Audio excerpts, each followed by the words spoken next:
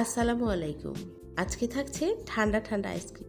Ice cream খেতে আমরা সবাই ভীষণ পছন্দ করি, আর মাত্র 2টা উপকরণ দিয়ে এই মজাদার আইসক্রিমটি আজকে ঘরেই তৈরি করব। আইসক্রিম তৈরি করার জন্য প্রথমে আমি হুইপ ক্রিম নিয়ে নিলাম 1 কাপ। এখন ইলেকট্রিক বিটার দিয়ে এটাকে বিট করতে হবে, তবে বিট করার সময় বিটারের স্পিডটা অনেক অল্প রাখতে হবে এবং একটু সময় নিয়েই বিট করতে হবে, যেন আইসক্রিমটা অনেক বেশি স্মুথ হয়।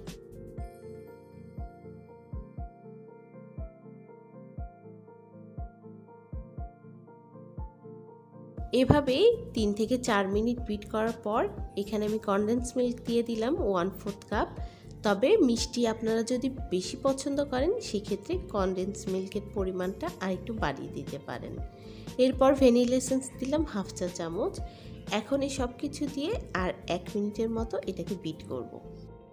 কেক ডেকোরেশনের জন্য যখন আমরা ক্রিম তৈরি করি তখন এই হুইপ ক্রিম কিন্তু অনেক সময় নিয়ে বিট করতে হয়, আর বিট করে এটাকে শক্ত বানাতে হয়।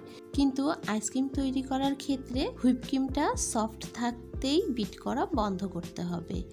এই ক্রিমের কনসিস্টেন্সি দেখে কিন্তু বোঝা যাচ্ছে ক্রিমটা অনেক সফট। এই অবস্থাতেই আমি একটা এয়ারটাইট বক্সে এটাকে ঢেলে নিলাম। এখন সব দিক সমান করে এর ঢাকনা লাগিয়ে এই আইসক্রিমটা আমি 7 থেকে 8 ঘন্টার জন্য ডিপ ফ্রিজে রাখবো, অথবা আপনারা সারা রাতের জন্যও রাখতে পারেন।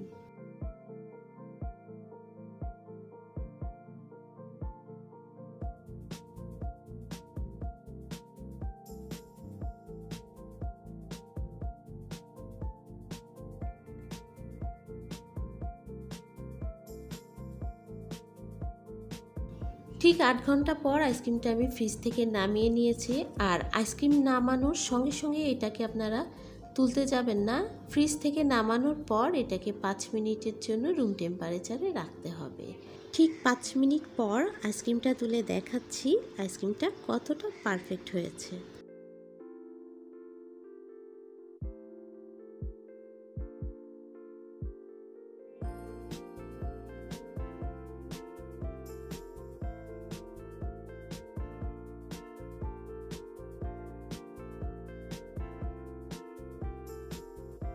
এই আইসক্রিমটা কিন্তু দোকানের আইসক্রিমের চেয়ে কোনো অংশেই স্বাদের দিক থেকে কম নয়, তাই বাসাতে কিন্তু এই আইসক্রিমটা আপনারা ট্রাই করতে পারেন। আজকের মতো এখানেই বিদায় নিচ্ছি। সবাই ভালো থাকবেন, সুস্থ থাকবেন। আল্লাহ হাফেজ।